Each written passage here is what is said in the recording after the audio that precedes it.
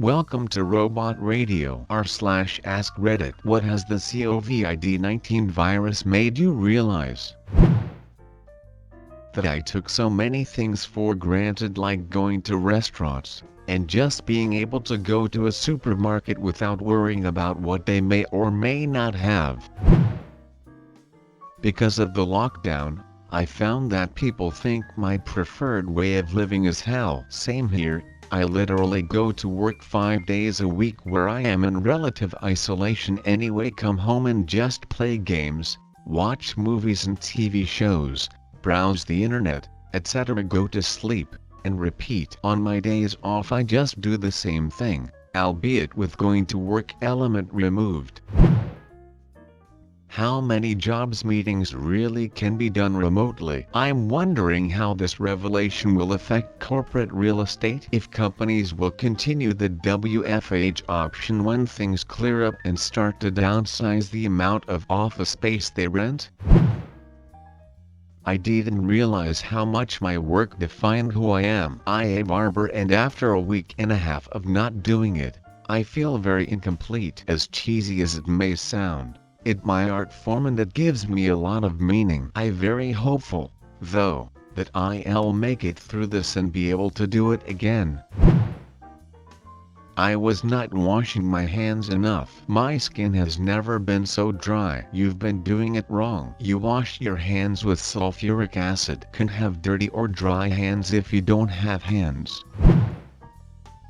How much food I actually waste on a regular basis. I always thought we did pretty good about not buying too many groceries or making too much, ordering too much, etc. How wrong I was. I set a goal for our household that we would use up all of our leftovers before making new stuff. It's forced me to be creative and experiment in the kitchen. Really shows you how long your pantry fridge can actually last you.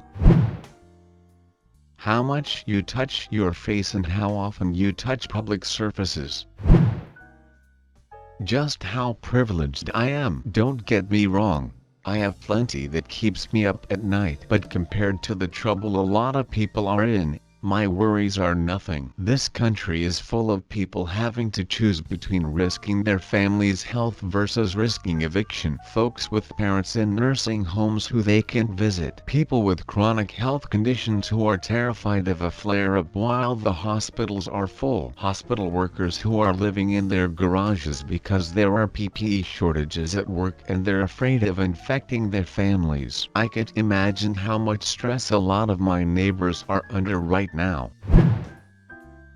I miss hanging out with my brother and sister. We're all in our late 20s-ish. I'm the oldest at 30, and the three of us have hung out all day every day for 8 days now. I love it.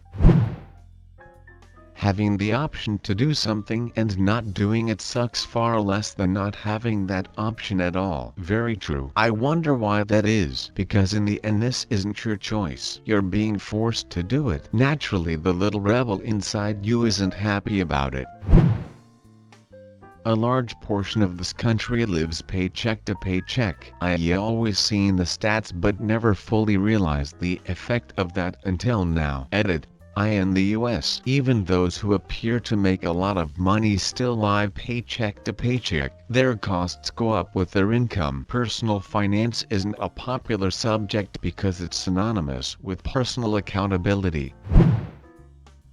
Our system isn't prepared for a big outbreak of some kind of sickness. Yesterday, I found this article by National Institutes of Health from 2014. The article reads, in a severe influenza pandemic, hospitals will likely experience serious and widespread shortages of patient pulmonary ventilators and of staff qualified to operate them. Deciding who will receive access to mechanical ventilation will often determine who lives and who dies. In the event of a severe influenza pandemic, the need for life-saving mechanical ventilation will far outstrip the ability to provide it. According to planning assumptions from the Department of Health and Human Services (DHHS), in the United States alone, a severe influenza pandemic would infect 90 million people, hospitalizing nearly 10 million, With almost 1.5 million in ICU units and with nearly 750,000 people requiring mechanical ventilation, according to Donald report in the New York Times,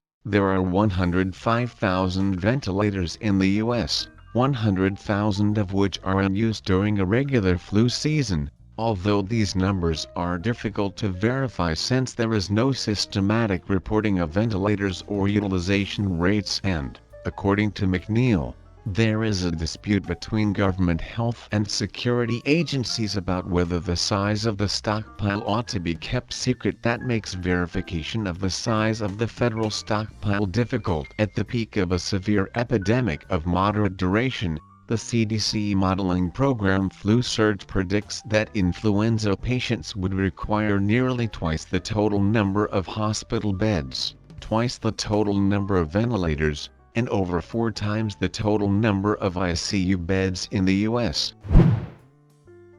How much my best friend means to me. Heard his voice after a week at home. We are both very introverts, so don't call that much. So when we finally found a game to play together, our first interaction went like this. Me, hey, friend, hey, me, it's good to hear your voice again, friend, I missed you. Me, missed you too. I'll probably never get to hug my grandpa again, and he'll die thinking his family abandoned him. He's over 90 and in a nursing home. He can barely hear and is almost completely blind, so it's very difficult for him to comprehend what's going on and why we can't go see him. That I was working too hard because of all the suffering.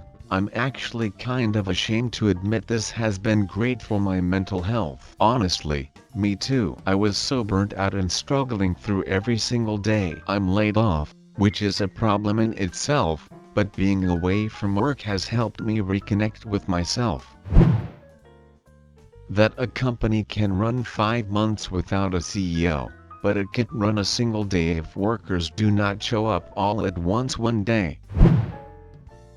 How much we take for granted that everything just works, that things like a global supply chain just work, that an average Joe like me can, in the dead of winter, reliably expect to see oranges in the produce aisle. How much we now rely on others as a society. Globally, we rely on manufacturing from around the world, food grown around the world. They rely on our purchasing things. How incredibly connected we can be with modern ships and airplanes and the internet, and how we didn't realize how fragile that was, or how intricately everything connected. When this all started, I didn't care about toilet paper or food for myself. I only cared about one thing. Was I going to be able to feed my cats? They are broken and spoiled. They have special dietary needs. Would I be able to get a reliable source of DD venison and green pea? Or hydrolyzed proteins? Or chicken I can boil for my dude who has a sensitive tummy and no teeth? Would the pet stores have enough stock of wet food that he could tolerate? And it humbled and awed me to see an orderly line in front of the vet office of people maintaining social distance. And it funny, we said to each other, what we take for granted. I never thought, one guy hollered, that I would ever be worried about finding food for my dog. Well said. When all of this is over, whenever that may be, I think I'll have a newfound appreciation for the seemingly mundane, little things in everyday life, and in general be incredibly grateful for this life, assuming that I don't die by then, of course. Be it going out to the local department store to buy groceries, or taking the public transport to and from work, or sitting and sharing lunch with colleagues in the office cafeteria. All of these will be seen in a new light, and so will be all those people who keep all these things up and running. I remember the last day I went to my workplace before my city and country eventually went into lockdown. By then almost the entire office was already working from home. I had dropped by for a bit to pick something up for work, and seeing all the empty desks of my colleagues made me tear up. It's an emotion I can't quite place a finger on. To say that I was missing them wouldn't be completely true because, thanks to technology, We were in touch every day through IMs and video calls. I guess the best way to describe it would be to say that it was something akin to nostalgia, the realization that what was once normal has become disrupted and there's no saying when we'd get it back, and that disruption is accompanied by a constant anxiety, a fear of the unknown and what lies ahead. Granted, our pre-corona lives weren't all roses and unicorns. There were battles to fight then too. The same bay where I stood and got teary-eyed by looking at the empty desks was also where me and my team had to deal with a lot of shit and stress. It's the place we complained about coming to every morning when we'd rather be snuggling in bed, especially on Mondays. Some of these issues were trivial,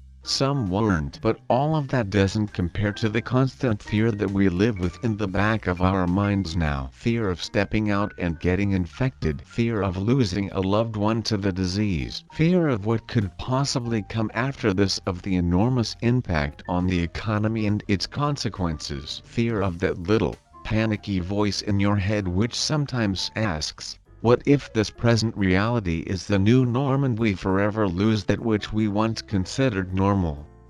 Which we then immediately try to stifle by telling ourselves that nope, one day we'll certainly go back to what we had before this started. Maybe this whole ordeal is going to turn out to be a hands-on course in existentialism.